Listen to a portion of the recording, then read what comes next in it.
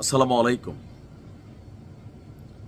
আমি যখন নিউজগুলো করতে যাই মনটা অনেক খারাপ হয়ে যায়। এর আগেও একটা নিউজের মধ্যে আপনাদেরকে বলছিলাম যে আসলে মাওলা কবে একটু তাকাবেন। তিনি তো সর্বজ্ঞাত, তাই না? তিনি জানেন, দেখেন, তারপরে কোনো এক অজানা কারণে হয়তো আমাদের ক্ষুদ্র মস্তিষ্ক তা বোঝে না, তিনি আমাদের উপর হয়তো অনেক গোস্বা, এই জাতির উপর, উম্মার উপর গোস্বা। কারণ এরা কি করছে, আমরা কি করছি। আপনি ফিলিস্তিন ইসরায়েল নিয়ে কি বলবো? আমাদের দেশেই এক মুসলিম আরেক মুসলিমকে শেষ করে দিচ্ছি। এখানে ধর্মটর্ম ইস্যু আসে না। ইসরায়েলের ইস্যুতে আমরা যতটা ভাবি মুসলিম উম্মার প্রতি আমরা দাঁড়াই, তো আমাদের দেশে আমরা তো আমরাই, তাই না? একই ভাষার মানুষ, ক্ষমতার জন্য ফালাই দিচ্ছি, উড়াই দিচ্ছি, মিথ্যা মামলা দিয়া ফাঁসাই দিচ্ছি, আধিপত্য বিস্তারের জন্য যারে তারে থাপড়াচ্ছি, মব ভায়োলেন্স করতেছি। তো কিসের কোথায় আপনি বলবেন? তো মাওলা আসলে কেন তাকাবে? মাঝে মাঝে মনে হয় এরা তো নিজের ভালোই নিজে বোঝে না। আজকের গল্পটা ভিন্ন একটা গল্প, বাস্তব একটা গল্প। কিন্তু কিভাবে দেখেন, যে মশা মাছি, আজকে আমাদেরকে এরা মশা মাছি মনে করে। একটি মশা আনো, ব্রিং এ মস্কিটো, এই শব্দটা গেল 48 ঘন্টায় আন্তর্জাতিক গণমাধ্যমগুলোতে ভাইরাল। এবং এই শব্দটার পিছনে, যে সেন্টেন্সটা, শব্দ নয়, বাক্যটার পিছনে একটা ভয়াবহ গল্প আছে।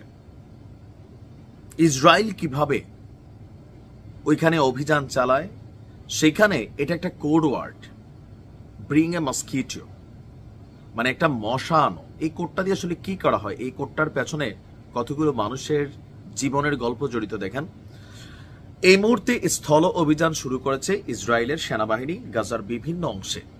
তো এই অভিযানগুলো যখন চালায়, বীরদের যেই ট্রেকিং সিস্টেম অথবা গেরিলা অ্যাক্টিভিটিস অথবা বিভিন্ন যে মাটির নিচে যে সুড়ঙ্গ নেটওয়ার্ক, এগুলোর মুখ কোথায় আছে, কই আছে, আপনার কি বলা হয়, যে মানে কেমনে বুঝাইতাম, যে এটা আসলে আপনি আইডেন্টিফাই করা সহজ না।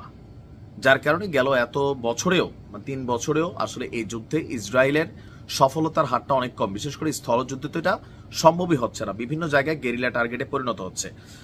তো তারা করে কি, যখনই কমান্ডাররা একটা মানে সেন্টেন্স বলে যে একটা মশা আনো, তারা গিয়ে সাধারণ একজন মানুষের ধরে নিয়ে আসে, নারী পুরুষ বাচ্চা যাই হোক, আইনাদেরকে কি করে ঢাল হিসেবে ব্যবহার করে। আমরা যেমন তলোয়ার নিয়ে যুদ্ধ করার যুগ ছিল, একটা ঢাল থাকতো প্রতিপক্ষের আঘাত থেকে নিজেকে রক্ষার জন্য, তো তদ্রুপ একটা মানুষকে তারা ঢাল হিসেবে ব্যবহার করে, যে সামনে থেকে কোনো গুলি আসলে এটা খাবে সে।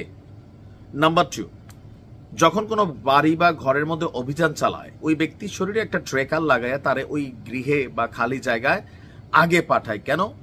যে ওইখানে বীরদের কোনো ট্রেকিং সিস্টেম আছে কিনা, অথবা কোনো গুপসি অ্যাক্টিভিটিস আছে কিনা, অথবা কোনো মাটির নিচে পুইতা রাখছে কিনা কোনো কিছু, যে ওরা ঢুকলো ইসরায়েলি সেনারা, দেন এটা বিস্ফোরণ ঘটলো।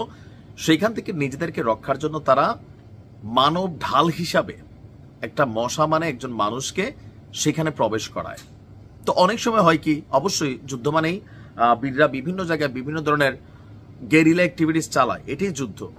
তো এতে অনেকগুলা মানুষের জীবন গেছে, বিনিময়ে ইসরায়েলিরা সেফটি পাইছে। এখন এই স্থল অভিযান শুরুর পর এই কোড নেম আপনার দেশে বিদেশে আলোচিত সমালোচিত।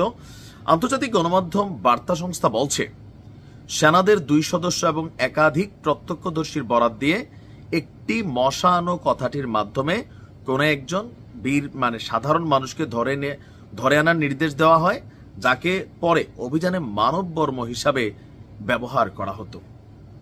আর এই গল্প শুনে বিশ্ব ছিছি করছে, যে লড়াই হবে মর্দপুরুষ টু মর্দপুরুষ।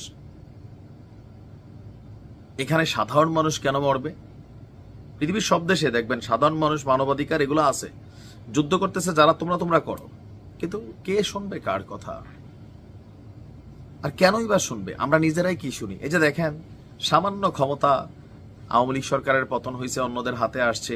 আবার আওয়ামী লীগ যখন ক্ষমতায় ছিল, নেতাকর্মীদের হাতে ছিল, যে যারে পারছে লুট করছে, ধান্দা করছে, ঘুষ বাণিজ্য করছে, চান্দাবাজি করছে, তারপর হচ্ছে যে কথা বললে চিনস বইলা কানের উপরে মারছে, মিথ্যা একটা মামলা দিয়া হয়রানি করছে, পুলিশ দিয়া হয়রানি করছে। আজকে একই দৃশ্য আবারও চলছে।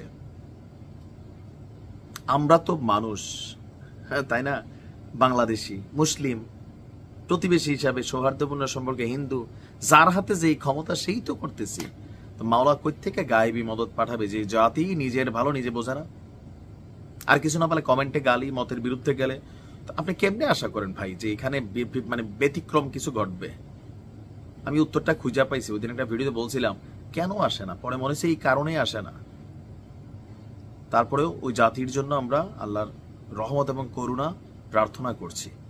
ভালো থাকুন।